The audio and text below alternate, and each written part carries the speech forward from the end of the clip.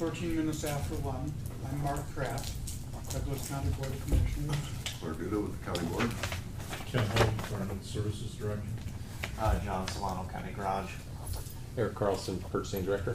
Chris Rogers, County Board. Constance Marmendorf, Clerk's Office. Matt Gunderson, Friends of Extension 4-H Foundation, Douglas, Sarpy County. Kyle Palmer, Field Management. And Tony is running our machinery. Tony Dan administration. Okay. So why don't we start? We Convention and Visitors Bureau. Bureau, thank you. I'm going to let They canceled. They sat through much more meetings. They got in a couple hours free entertainment for you, but then had other things to do, and so that will be rescheduled at another time. Another date. So therefore, I would think we would start with Kent Holmes and the Environmental Services update. Okay, thank you. Back in December, we presented to you some special fees are being proposed by Waste Management. This is the slide that I showed you then. There were some questions that came up about various aspects of how these fees were derived and so on. And so went back to Waste Management, and they provided some additional information. And I've updated it so that they've refined some numbers, and they've made a few changes here to this, and I wanted to briefly go over kind of what this is now. The items in yellow are items that would require some contact from Waste Management back to the scale house. These are all particular fees that would happen after a particular truck, for example, weighed in initially at the landfill. They get up to the working phase, and or there's some aspect that isn't necessarily tied to that initial weighing of the truck and so on. The items in white, the drums, solid and liquid, and the totes, solid and liquid, those would all most likely be identified right at the scale when the truck came in initially. So what's being proposed here, and these fees, and Ryle is here, the site manager with Waste Management, can kind of clarify some of this if I misspeak. But basically, Waste Management has done some of these things on their own, kind of billing directly to their customers if they've had things like digging out frozen loads and so on. What's being proposed here is that those become kind of the administration and processing through the scale house. That would, in some senses, just allow us to have more kind of comprehensive processing of the fees associated with the landfill. But also, you'll notice that this DC rate column, what's being proposed here is typically for a 1 ton of waste disposed, the county would receive $5 on that ton. You will see that amount is much higher for some of these special fees, and that is based on the approximately 19%, which is the $5 is roughly 19% of the scale rate right now. So that forms the basis for that Douglas County rate there. Looking at the total rate, and then the information on the right columns is the information that was really requested by the committee the last time. Looking at kind of what the labor hours are involved, kind of what is involved from an equipment standpoint. I would note that the uncovered loads and the dig out frozen loads, first two rows up there, the 251 and 430 on estimated annual usage, those are actual totals from last year, from the number of times that happened. And then all of the other stuff, those are purely estimates for how many times that might occur. Is that correct, Rob? Okay. So that's the information we have right now. What I'll probably do then, unless there's some questions here specifically for more information, I will bring this to the full board at some point, and I'll have maybe a little bit more information specifically in written form for the commissioners ahead of time so that they can see what is proposed, and specifically more of an explanation for what constitutes those fees. So with that, are there any questions on any of this? I do have a comment. looking at the 1 cent, the 1 cent, the 1 cent, we're looking at 62 cents for the first 3 items. Then we get down to the 94. Why don't we round the other ones down and round that one up and the next 3 up, so you have some more even numbers? Okay. So All right. I'd say the county should get $20 instead of $19.87. Okay. All right. I'll, People might understand that better.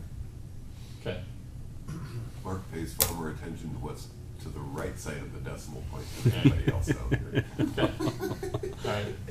Any other questions? See, I am conservative. Yes, you are. Yes, Okay. you are. All right. Moving on to the next topic, just some update on kind of some overall solid waste items. And specifically, a little bit of history. Back in June of 2012, we updated the Integrated Solid Waste Management Plan to basically bring it up to speed from that 1994 version, which was quickly coming up on its 20-year anniversary. So there's some new things in there that allow more of a framework for the cities and counties to do some things with solid waste. We then entered into an interlocal agreement with Omaha to cooperate more on solid waste, and there are a number of things that are going on in association with the Integrated Solid Waste Management Plan Task Force. The task force is actually an item that was called out for in this plan update. And that task force has been meeting on basically a quarterly basis for the last couple of years. And there are a number of topics that are being discussed there, including kind of how to better educate folks on what they throw away, waste minimization, and other aspects related to recycling and so on. There's also a group, basically the solid waste working group that's part of the Heartland 2050 Natural Resources Committee. I am chairing that particular working group, and I'm kind of the de facto quasi chair of this the task force effort. And some of the things that are just being discussed with that are things like how we should go forward with education and outreach to the citizens, trying to minimize the amount of waste that's generated. Yard waste is another topic that's being discussed as well. There'll be more that kind of shakes out of this in the coming months, and I will provide some additional updates and information. Commissioner Kraft has been sitting in on the task force meetings as the county board representative, and we're looking to expand that group a little bit, at least, to get some more representation and trying to get that information out. So that's kind of what that is, and there'll be more information forthcoming. Just an update on the State Street landfill. We are in the process of getting that post-closure permit re-approved by NDEQ and EPA. We entered into an agreement with Geosynthetic to provide a health risk analysis, which was required by EPA and DEQ. That's going through some review right now, and we anticipate that NDEQ and EPA will be back in touch with us. We'll also be discussing the financial assurance piece of this, and I would anticipate within the next couple of weeks we might be able to get a meeting scheduled with DEQ to talk about that. Back in January, EPA transferred that financial assurance responsibility to DEQ, and we want to make sure that going forward we have the same kind of financial assurance mechanism that will minimize the amount of cash that's tied up in that. I don't know if does that sound? It's a good thing. That how we basically need to phrase that. So it's a very good arrangement right now, but we don't want that to change. Briefly, the county's comprehensive development plan, we are updating that right now. It was last updated and approved by the board in 2006. So we're roughly 10 years out.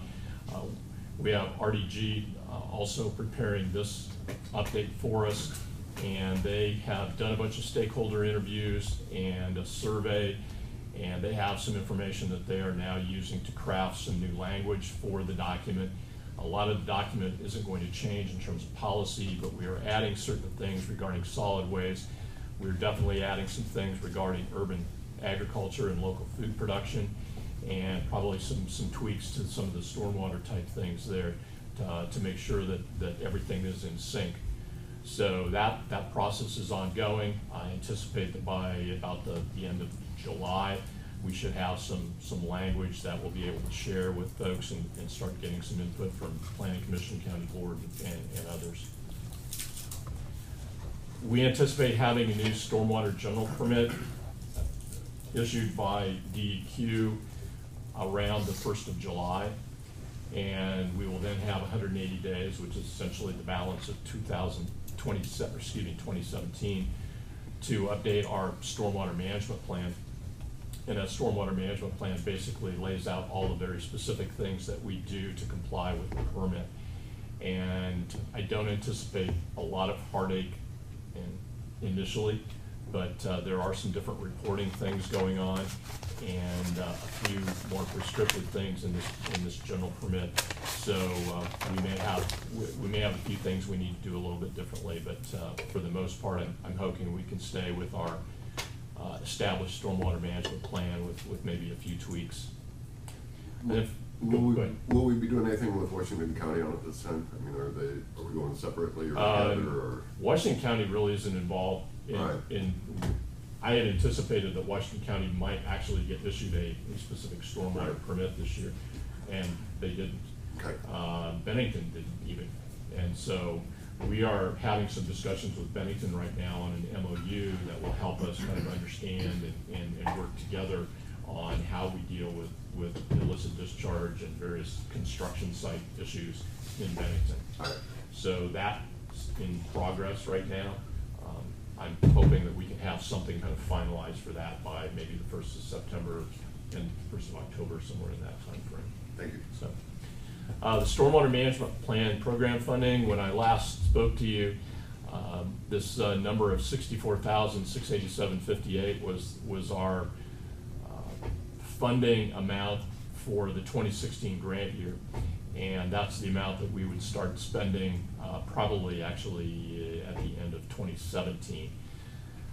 Fortunately, the state of Nebraska rethought what they were going to do with budget cuts, and they have added another $57,000 or so, and the board approved the acceptance of that a couple of weeks ago.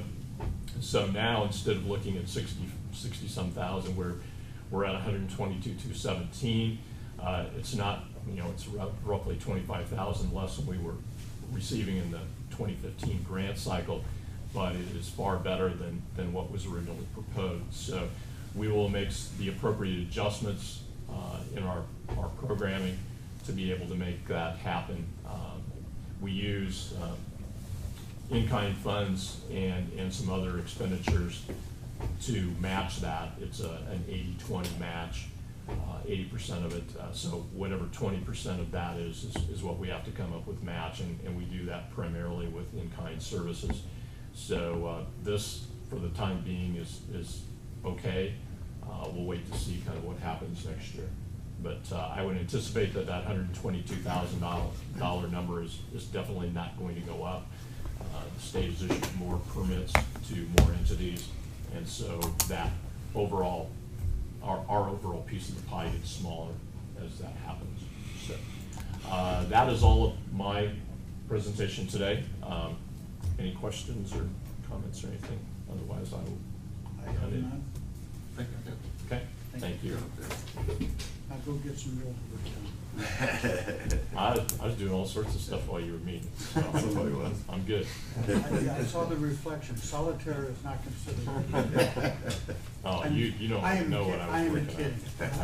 on. I expect that. Yeah, thank you. All right, thank you. Good update. Omaha Convention Visitors Bureau. Oh, does anybody want an agenda? Nah. Thanks, Claire. Is the sheet here we're supposed to sign in on? I have it and I got you Right. as Oh, you okay, came in late. Thank you. Omaha Convention and the Visitors Bureau ran out of time, so they left. Fleet management update. Eric? Okay, yeah, I'll start it off and turn it over to John. I think the last time we met, as you may recall, Commissioner Kraft, I think we realized that there was probably a need to kind of do a deep dive into the fleet management policy and kind of take a look at not only the structure of the actual Fleet Management Council, but also the actual policy itself. And John has spent a lot of hours kind of working through and drafting a few versions of the policy that, like at this point, I think working with Daryl in your office have basically kind of passed that back and forth to kind of take a look at some of the proposals that John has kind of recommended. You wanted to touch on anything? Maybe at a high Like level? Eric said, you know, with that fleet policy, it's makes things a little bit difficult to not have something in force. The current policy was a resolution from 1996 that specifically talks about county vehicle uses and acquisitions and a number of other things. Like I said, that revised draft is Daryl and I kind of worked off and on with that, and where we're at with it at this point, I'm not 100% certain. Would you mind sharing the revised draft with commissioners? Yes, I mean, I know you're just walking into the Fleet management the council. fleet Yeah, we're just talking about the management draft Sure, policy, of if you course. wanted to share with the commissioners at this Yeah, point to kind absolutely. of. That way we Yeah. can have a little input at Absolutely. this point. Yeah, I think at this point, if I may interject, I think that's kind of where we're at. I think we need to see and have some input from the commissioners and decide kind of what direction we want to go with it, because it's going to require a change, you know, by resolution as we move forward. And what is the condition of the fleet? Condition of the fleet is actually in great shape. Over the last about 3.5 years, we've cut about 3.5 years of average fleet life for the equipment. With the current equipment budget that we've got every year, we're doing really well. We've had a number of vehicles that were farly outdated that should have been gone years ago, and we've made those things happen. We're using public surplus as an auction site. That's where we're selling all of the vehicles that are being pulled out of service, which in turn is obviously creating some additional revenue to come back to the county.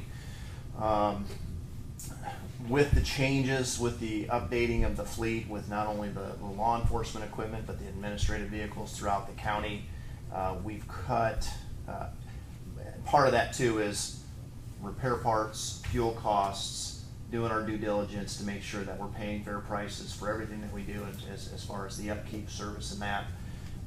From when I started, 2014, the original cost per mile for our fleet was right at about 62.7 cents.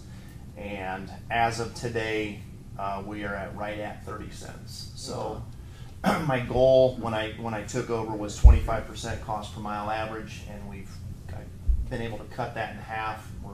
We're pretty close there. How do you do that? Well, Commissioner, I think it's a couple I mean, things. that's a is big kind of great job. When you update the fleet and you're getting more efficient vehicles, you're getting newer vehicles, there's not as much repair costs, expenses when vehicles are coming in for routine maintenance, whether it's an oil change. We're sticking with the 6,000 mile service interval for standard oil changes, tire rotations, 30,000 we do a transmission service, fuel service, and then 60,000 we do transfer case, rear end, those things. It's been very effective. With the repair part side of it, my parts guy knows that generally we shop around 2 or 3 vendors for every item that we buy. I don't see it as time consuming. I think vendors now realize that we're going to look for what we can get the best bang for our buck, and kind of know that we expect you to be competitive with these folks. And by doing that, we've gotten a fair price with not only the oils that we purchase, the lubricants we purchase, but all of our repair parts. I've had a number of vendors that have said, You know, they were angry that we switched over the course of the 3 years off and on. Well, I've been doing business with the county for 20 years, and I said, well, you're also overcharging the county for 20 years, in my opinion, because there's a significant savings, I think, by doing this, knowing that we're gonna check on a regular basis to make sure that you're being fair to the county. And so when you take and you compile the fact that we get fuel on contract on an annual basis, we're doing our due diligence with repair parts and the oils and lubricants to maintain the vehicles, and the fact that the fleet as a whole is being brought up to a newer status, if you will, you combine all those, and that's where I think you see the significant cost per mile reduction.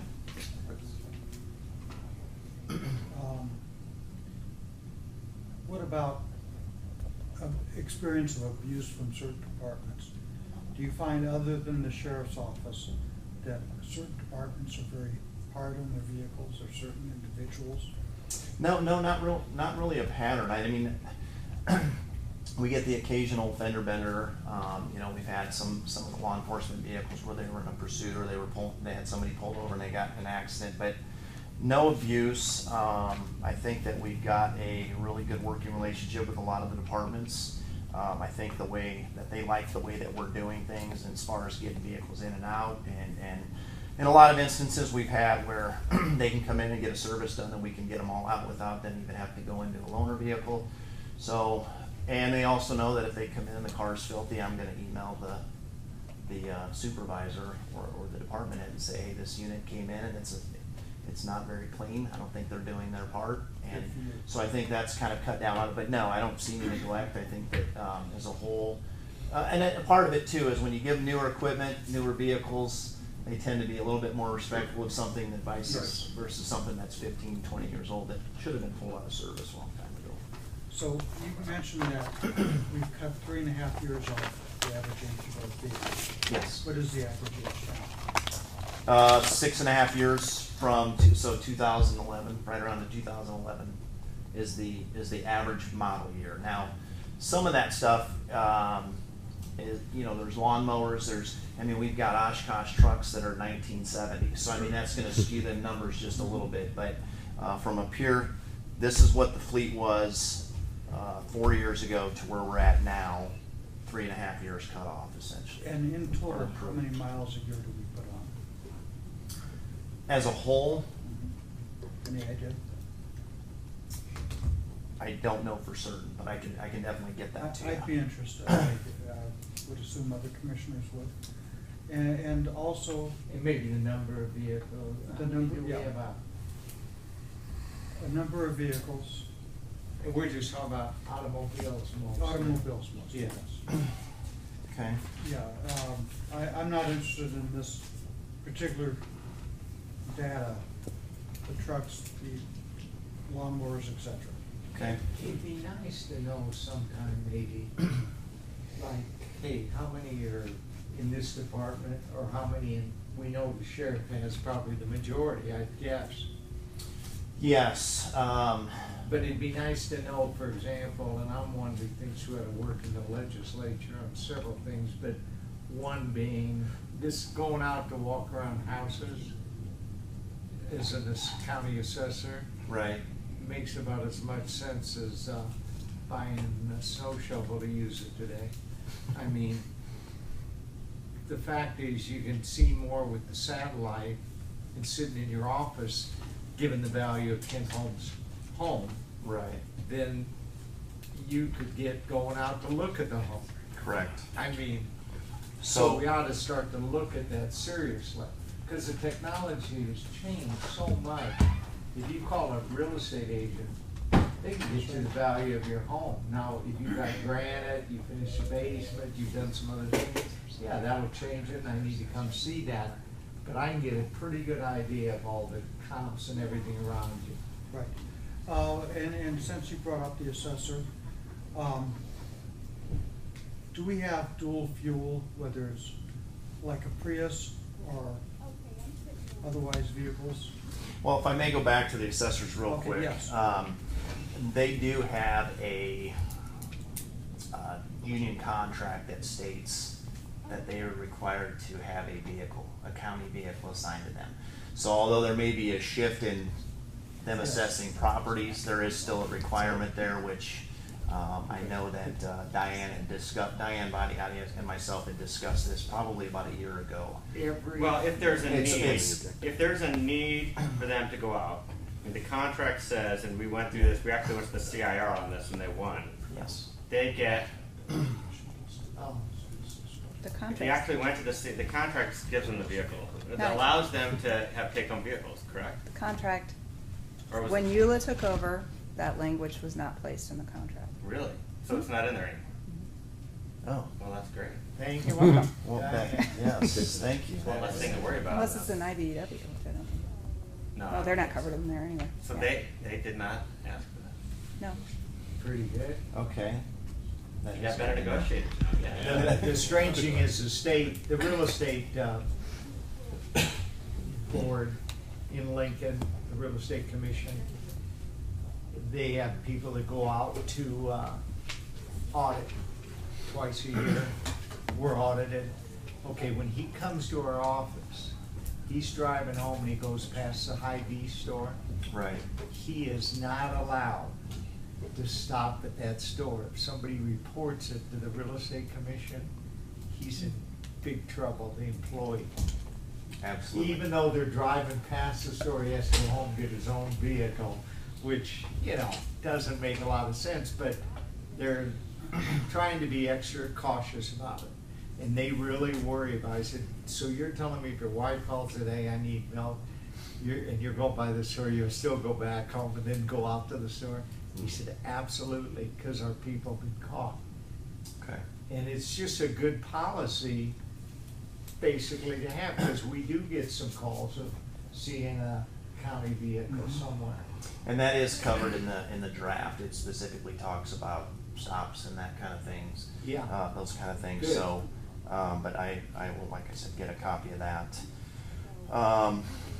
You're doing an excellent job from what I've heard here today. I mean it. Well, thank you. I appreciate it. Lastly, the only thing that I wanted to touch on was a couple years ago we discussed some additional revenue generator for the county. There have been a number of things thrown around. One of the main things was the external labor rate. So any department or any entity that's outside of the county that we maintain. So you've got ENSA, ANOA, MAPA, a couple others. They were getting charged $41 an hour labor rate. That's not even close to the average on the civilian side. You're right around $110 an hour is the general labor rate for automotive maintenance. So what we did was we went back and we did a 3-year incremental increase beginning in 2016. We did $15 the first year, $15 the second year, so that's currently where we're at now is $71.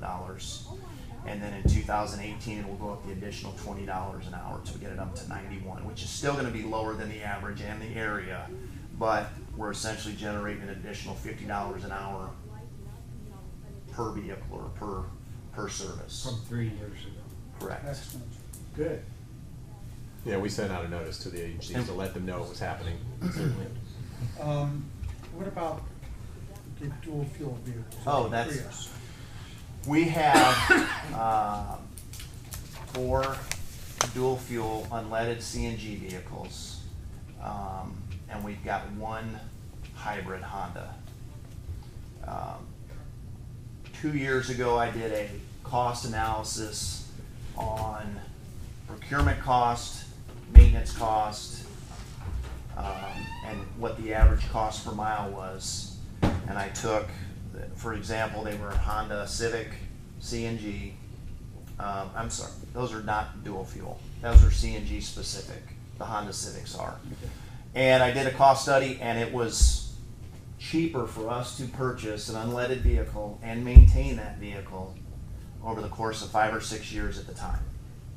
And part of that is there's a lot more upfront cost on procuring a CNG vehicle. Right. And in this 4 seasons, the winters, the salt, it doesn't matter.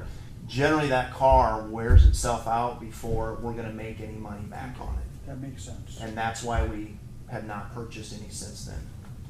Okay. CNG, what about the Prius or the hybrid or whatever? We've got the one hybrid. The other two are dual fuels. We've got a dump truck and a 3500 Chevy. Those are dual fuel, unleaded and CNG.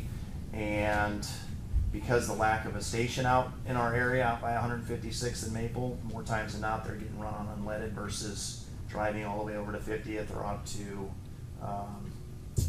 out by Warner, I believe, is the other one, not quite that far. Hilltop. Where's that? Hilltop on Hilltop, 132nd. So would it make sense Nebraska. for the assessor to have Prius-type vehicles? Again, it's one of those deals where you would have to look at the cost, because there's an additional cost with a hybrid up front versus, the main thing is we get a significant savings buying vehicles on state contract. That's right. I forgot. Yeah, I don't think it I mean- makes sense to do it. If you're in California or someplace where it's warm weather all around and you don't have the kind of change in weather, Yes. it might make more sense. But no, this was vetted so thoroughly It by was. John when we did this that it just makes it's not cost effective. Correct. You mentioned the cost of oil and fuel. Now, are we in a buying program with the city of Omaha? I know we do whatever we can. Fuel. Fuel. The fuel bid, the city and the county, we both put those numbers together. They go out for bid, and then we accept the bid based on what's best for the county and the city both. What about oil? Oils, no, we do not. Any reason? Well, a lot of it is that they use a lot of different products, they use a lot of different vendors, they've got a primary Chevy Impala fleet from their police department side. We've got a larger fleet of Fords. There's just not a whole lot of interchangeable when you're talking transmission fluid. It just didn't make sense to do some type of joint bid, if you will. I believe that the way that we're doing it now, we're getting it cheaper than if we were locked in for a 1 year or 2 year price when it comes to oils and parts and that stuff. KJ, any questions? No, Chris? I mean, I don't tell everybody they're doing an excellent job, but you really, God, believe me, he's not exaggerating. I mean. He doesn't tell me. I've heard I've one. never heard it. I have never told Patrick that. I can't even spell the word excellent. Yeah. Well, I appreciate it, thank you very much. Make sure you send Patrick that report. I will. Is there anything else you'd like to add? No, that is all I have. So you'll get us that information about vehicle miles and the number of vehicles in different departments and Correct. what else was asked. And the draft of the Yeah, policy, draft. yes.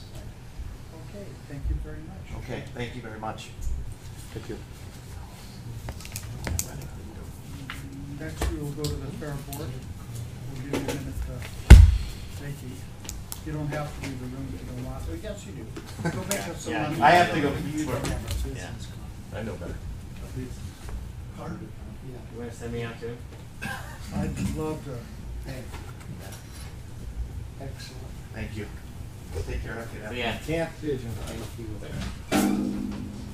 Okay. Matt, it looks like it's you. And you alone. Yes, I guess. Might not seem fair, but That's fine, I'm used to it. I'm good. Is that a fun? yeah, it's a little funny. So, Not a very good one. I figured it was. You're pretty sure. Yes. Do you have any introduction? Do you want me to just Oh. go with it? I didn't know if you had any I'm gonna let leading you- comments. No, Okay. I don't. Thank you for the opportunity to address the Community Services Committee. Matt Gunderson. I am chairman of the Friends of Extension and 4-H Foundation in Douglas and Sarpy County. Formerly, in the old previous professional position, was also at the Knights of the Exarban Foundation, as many of you may recall, and ran River City Rodeo and Stock Show for things.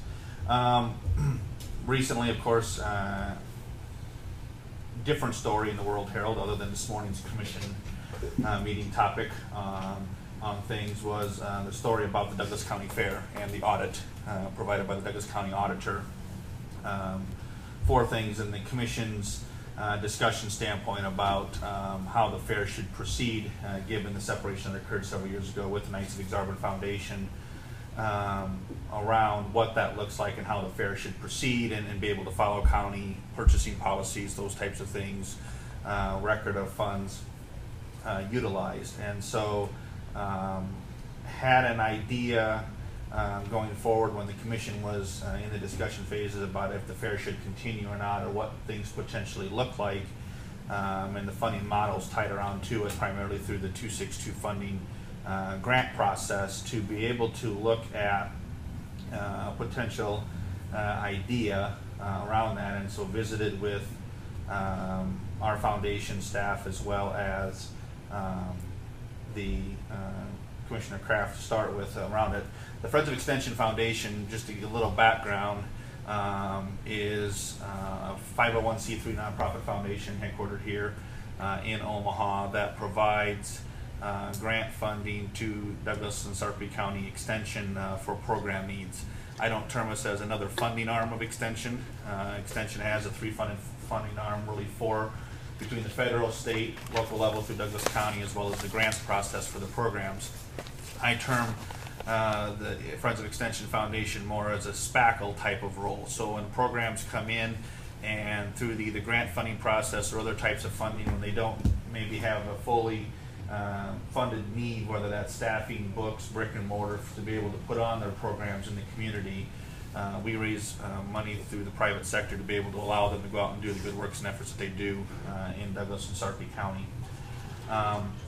As part of that process then, we certainly as a 501c3 understand what it takes to be able to work with Douglas County through the County Extension Office in roles for things. And so the tied to the fair then, the idea is potentially when there was discussion about how to proceed forward is to look at potentially having a structure that's set up similar to what the Knights of Exarban had in the past, of having a 501c3 foundation manage the Douglas County Fair, similar to what Exarban had done in the past, but still utilizing existing fair board members who are active and certainly passionate towards the fair, but admittedly don't have the expertise in the administrative side of things to be able to take care of it from that portion of things. And so proposed the idea then of having the Douglas County Fair for consideration purposes by Douglas County Commission to look at starting with the 2018 fair, of looking at potentially drafting an agreement with Douglas County to have the Friends of Extension Foundation host and run the Douglas County Fair. Certainly the strengths that come with that is the foundation, certainly as mentioned before, knows and operates well with county government. We already have a fully established foundation with a part-time executive director on staff who understands county government as well. And we already have experience in planning and working with fairs, for instance, the Sarpy County Fair down at Springfield, what it does. What it also creates is the opportunity, I think, to be able to showcase the great works and efforts that the Douglas County Extension Program does in Douglas County, and be able to promote the programs, offer it up to a wide array of audiences for things along the way with it, and also along the way, and self-admittedly, promote the Extension Foundation and the efforts that we do to support the Extension Service. The concept would be it would be housed at the Douglas County Extension Office, and there would be an advisory board structure utilizing existing board members as well as others from the community. We would look to hire a part-time staff person to help come in along with some summer interns to really kick off and showcase the Douglas County Fair.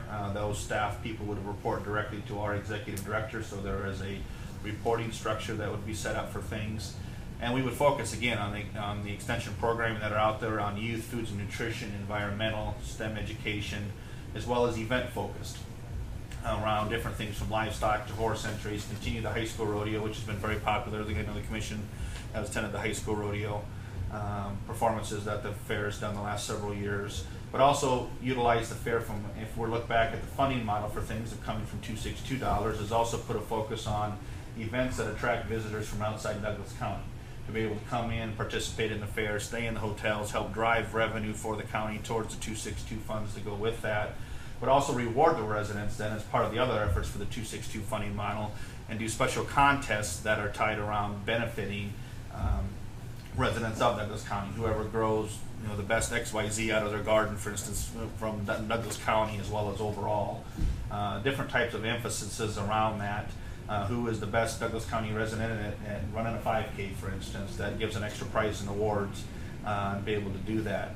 The facilities concept around where the fair would be held is probably a newer concept out there, but would look to be is an existing concept around, I'm going to term it as a fair campus concept out in western Douglas County, kind of by the Elkhorn area, to look at utilization of Chance Ridge and other facilities and maybe shopping areas around there to create a campus concept where there's different events going on at multiple locations at the same time with a free shuttle service that the public can attend. It's free to attend the fair, it's free to park, but there's a variety of events going on that they can attend all at once because there is no one facility that could house everything from all the events as well as parking. But I think a utilization of existing facilities certainly could make some sense to be able to do that.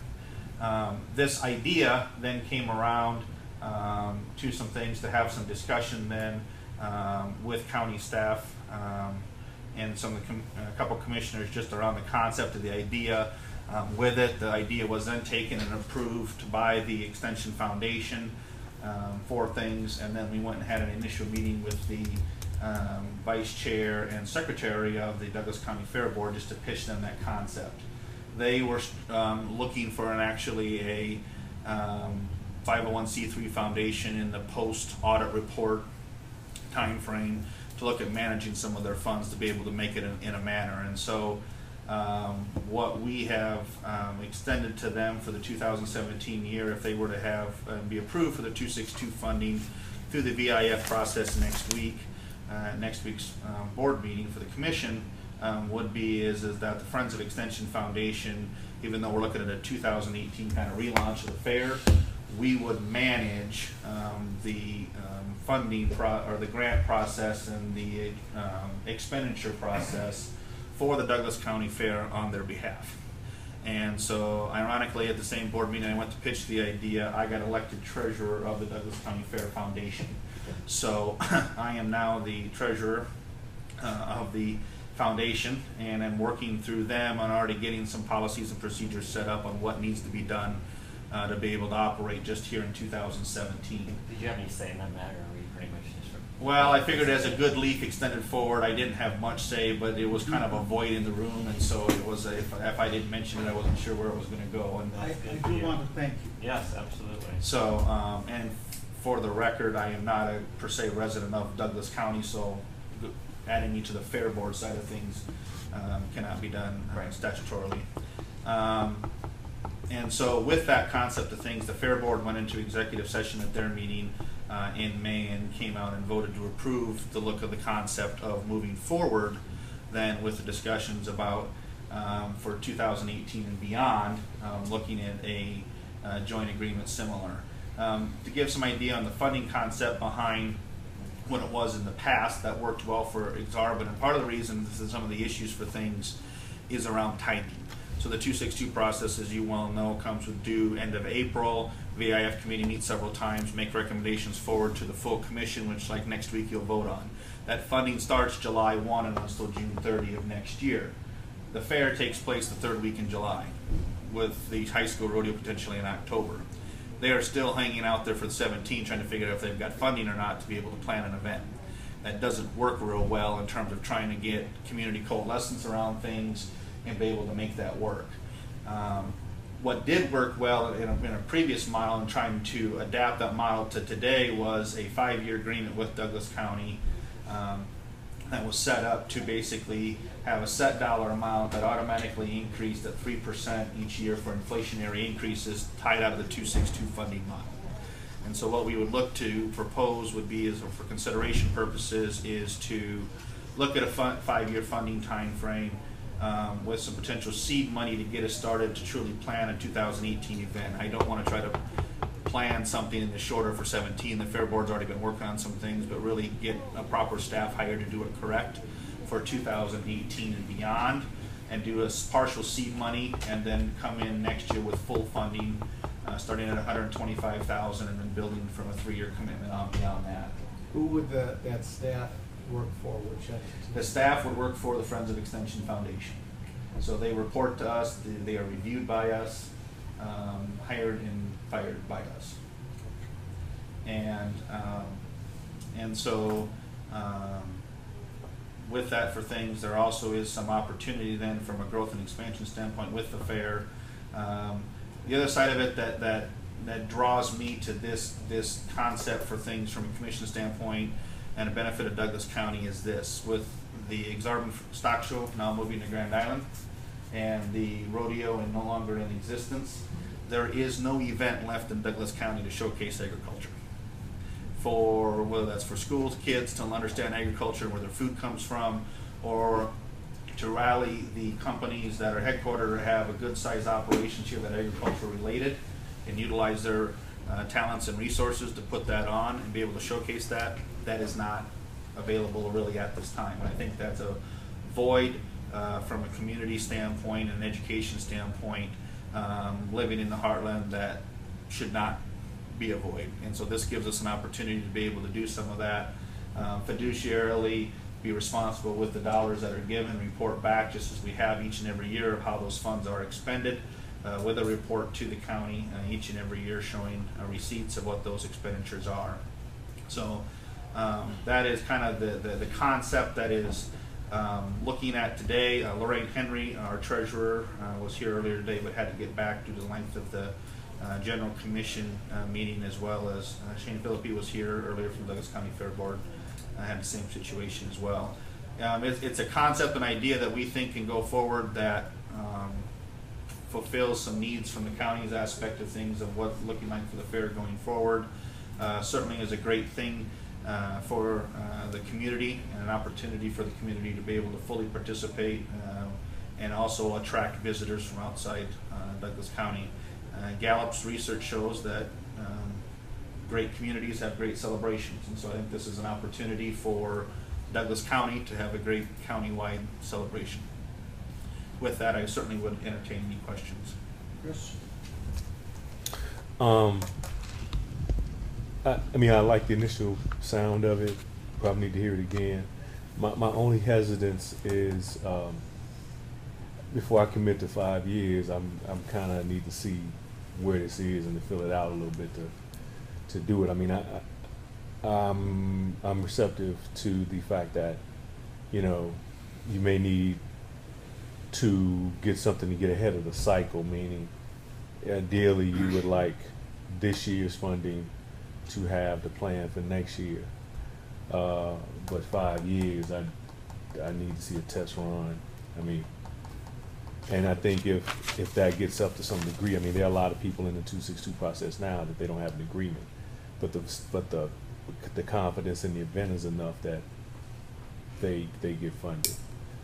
So I don't know if there needs to be some agreement to that, but I do think after this first attempt, I have better confidence in the Friends of Extension Foundation, but I want to see what this concept is before you let it develop a little bit before I agree to something 5 years.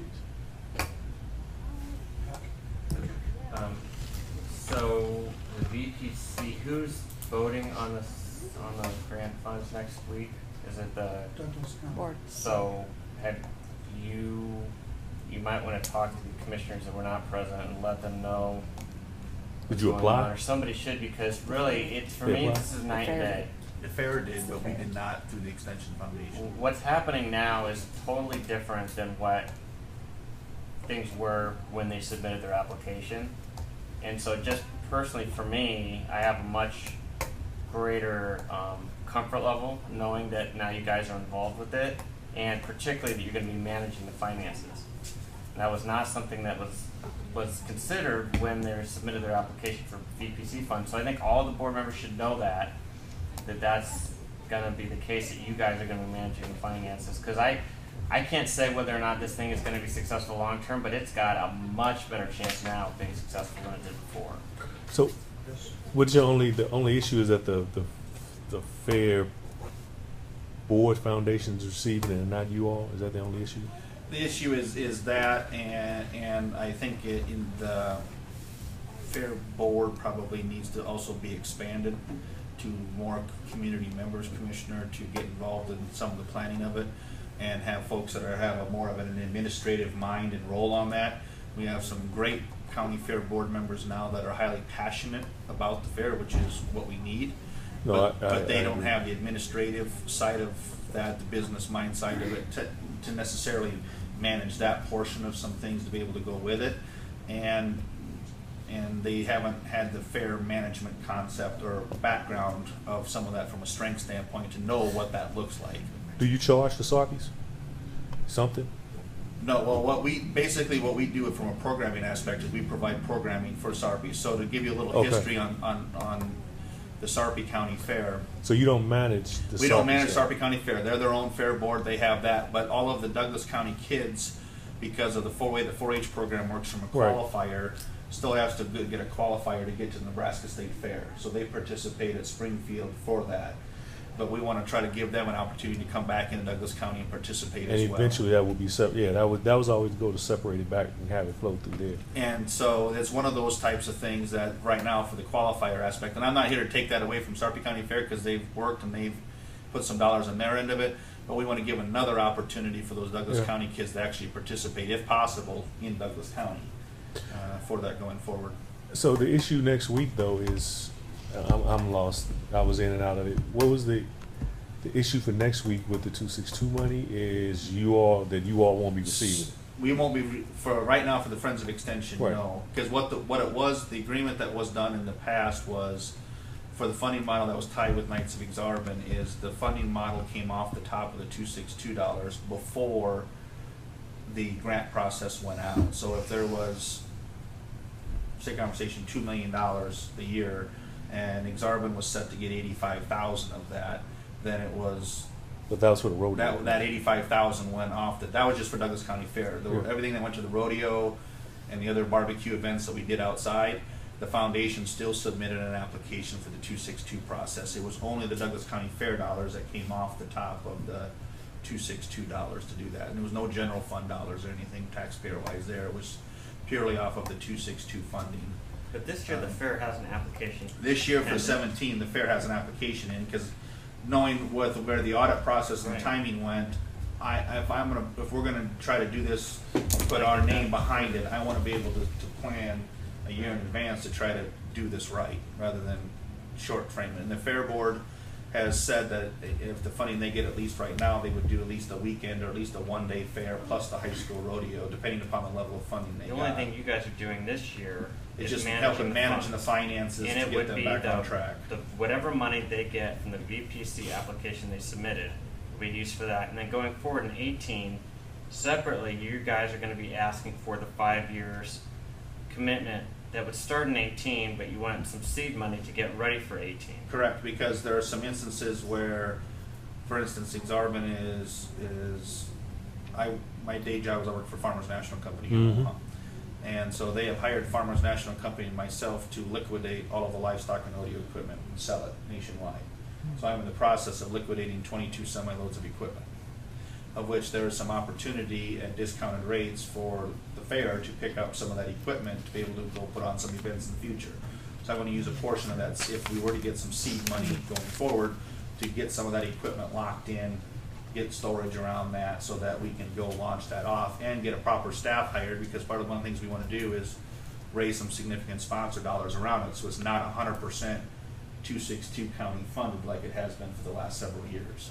Why, if you need that, why wouldn't Exarban just donate it, knowing that the fair is gonna continue on? Exarban at this point is trying to be able to, as far as I know, commissioners seed enough money through their agreement that they have with moving the stock shore to Grand Island. So there is some stuff that they're gonna donate that doesn't have a monetary value, but there are still some things like the steel gates and things that have some monetary value that they're trying to sell, and so, trying to be able to get that purchased. Even, it's a discounted rate from what it would be if we were to try to go out and buy it new, certainly. But, they're still looking to raise some dollars to be able to put it on. So what's left in the fund? Because it used to be, I mean, still to the law change, that fund shouldn't be, well, let me give you an example. At one time, they were setting aside money in the pot. And it was like money in the 262 pot in addition to what came in. And I guess that philosophy was that after 9/11, I think Claire's deal was wanting some money there just in case, you know, during 9/11 having revenue start getting short. So, and then the law changed. I know they said they had to be giving it out, but isn't there's some money still sitting in that fund? It's not totally drained. 27,000 from what I read. It's not totally So drained. if everybody got what they asked for this year, there would be, I'm just looking for her, I think you said 27,000, there would be approximately 27,000 left. So all that money that was sitting in there in the past has been given out. Well, the reason they did that to begin with was to make sure that they knew going forward that they had money, because in the past it was all, we're going to give you this commitment, but it's going to be based on our projection Yeah. of what we're going to get. So what they basically did was seeded the account. So But all that money that was kind of sitting there as a, for lack of a better term, that they use the term reserve, but it was just money set aside to cover. right, it was All money- that has been yeah, spent down. That's my understanding, but Catherine's out of the country right now, so Okay. yeah. I've known Matt for a while, through Exarban, through Farmers National, and I'm very confident in his abilities and everything I know about him. And he will make this a success as far as I can tell. What's the number you're looking for? 125? 125, which would have been what Douglas County would have gotten in 2016 from their 262 funding. Well, the question is, that would have to come out of general fund, wouldn't it? Matt, Well, in the seed money, I would be looking for kicking off in 18. I'm not looking for the full 125 in seed money. We were asking for 50,000 in seed money to get that kicked off, to get some equipment and some staff planning for 18. It comes off the top. Joe? So next year in 18 and going forward for those 5 years, what would you envision like the key events being? Would you do a rodeo Sure. again, or would So, you do 4-H, or sure. what would So it be? key events would be, certainly we're still going to have what I'm going to term as the static exhibits. So quilts, horticulture, photography, those types of events, along with demonstrations around it. We would do livestock shows, so we're looking at cattle, swine, sheep, and goat shows. Potential barrel race for barrel racing one day. Do the high school rodeo champions challenge that's been done in the past. With that, would like to actually bring back the parade from a community event standpoint. Exarban did not do the parade last year, but didn't promote that they didn't do the parade, so some folks showed up for a parade that wasn't there. And your idea for the parade was? Well, the idea was The parade that usually happens the last week of September or the third the week of one that September? usually had the last week of September they didn't have. Okay. And so the idea is to utilize a existing outdoor shopping facility in West Omaha, which they have not been approached with the idea yet, because I don't want to get the cart ahead of the horse. But to utilize them in sort of a Disney-style parade where it's down the promenade type of a thing that you find for the Disney parade, is do that on like on a Saturday morning to rally the community around that. It happens at night. And Yeah, so that's when it happens. yeah, there's an Yeah. afternoon one and a night one. And then still do some bands and community music events, bring back some things that actually were highly successful when I was at Exarban, such as a chess tournament. We actually hosted a chess tournament. We had one of the top players in the world come, who's a Russian, lives in Sioux Falls, South Dakota, and played chess and taught kids how to play chess. We had a robotics contest. We had running and marathon style events before. I'd like to look at bringing that back in, bring bands part of it back in with, through the parade process, as well as a band competition, and bring back some of those type, create a fair event around things, to answer your question, Joe. So that would be your, because one of the things we asked them too is I understand the ag appreciation, because this is of all the extensions in the state, this is a more urban extension. Correct. So we're chess looking at- and STEM would get you there, and you got some other stuff, I'm assuming. Okay. Yep, we would run with that from an urban setting as well, correct. Okay. All right. Can Go on. 5 years is just shaky. I'm not opposed to it. I just want to see. We could, I I just have wanna no see- problem saying that it would be if it was a 1 year seed money. It was a 3-year deal overall, Commissioner, and it was Mhm. 1 year seed money and two years of full funding with a 3% built in, and then talk about a renewal based upon that. I don't think anybody's going to have any. I mean, issues with that as well. Just don't base it on what happens this year, because they're really not gonna be doing it until next year. No, Yeah, I'm it fine wouldn't with be that. based upon till the 18 event, so it would be basically to put on an event in 18 and let's say 19, but we'd try to be able to. I mean, if you're looking for a show me, I need a year where you show me, that would have to be next year. Yeah. That's This fine. is not the good year. No, that's fine. BJ? Chris, couldn't we do it where we do a 5-year and after, let's say 32 months or something like that, or at 3 years, you could give a 6-month notice? And then, That sounds familiar. that wasn't actually, that wasn't the previous agreement, there was an out clause. So there was both from the county perspective as well as the Yeah. foundation That's a great perspective, idea. that there was I'm an fine with out that. clause with notice. I'm fine with that. I know we did. I'm That's why I said excited it. about I mean, in my opinion, that this, compared to what we heard for the last 2 years, which I think a lot of us had issues with, this is like night and day. This makes Yeah. so much more sense. This is good, Yes. and I appreciate your commitment. Matt, Metro Community College, Yes. do you have plans to tie in with them? That's one of my plans. I've not visited with President Smazel yet, but that's one of my plans is try to utilize Elkhorn's, Metro's Elkhorn campus. I was on maps, and they've got like a 7-acre green space on one side of the building. We can be able to do some things with the vendors and other things, and we want to try to highlight community partners in that process. So one of it would be is Metro and their programs, if we could work with them on that, as well as getting folks out to that campus. And you were talking about a free shuttle from downtown Elkhorn to, To all the different facilities, we All the looked at different- 3 or 4 different right. sites with free shuttles because parking's an issue, so they could park in any one of the ones utilizing it, but then shuttle to the respective locations. and does Farmers National have anything to do with the futures market on grain and corn? Farmers National, no, we didn't, we trade our clients grain and corn, but we do not control the market, no. Okay. The company AGI or AIG, Yep. I don't, what is the correct? Well, there is AIG, that's the reinsurance company, and then there's Okay. AGP, that's egg processing, that's out on West Dodge. Yes, AGC. So AGP would be a soybean processor that has soybean crushing plants throughout the Midwest. Would there be any chance that they might want to participate? Oh, I think so. I think it's when you look at community participants, I mean, there's a lot of them that come to mind, from AGP to First National Bank and their egg portfolio, Wells Fargo to AGP to Farmers National to Midwest Labs, maybe Schooler Company. You start going down the list of folks that are Even involved Gavelon. with it. You've got Gavelon here in town. You start going down the list of true agriculture companies. Lindsay Manufacturing here, Adams Land Yeah, and stop. Cattle. I'm getting you excited. There's opportunities. Yes. Yep, Valley with it, exactly. Yep. Thank you so much. Anybody have any other questions, comments, criticisms, critiques? No. No, great. Sound like a plan? Any other business? Matt, you did an excellent presentation. Thank you.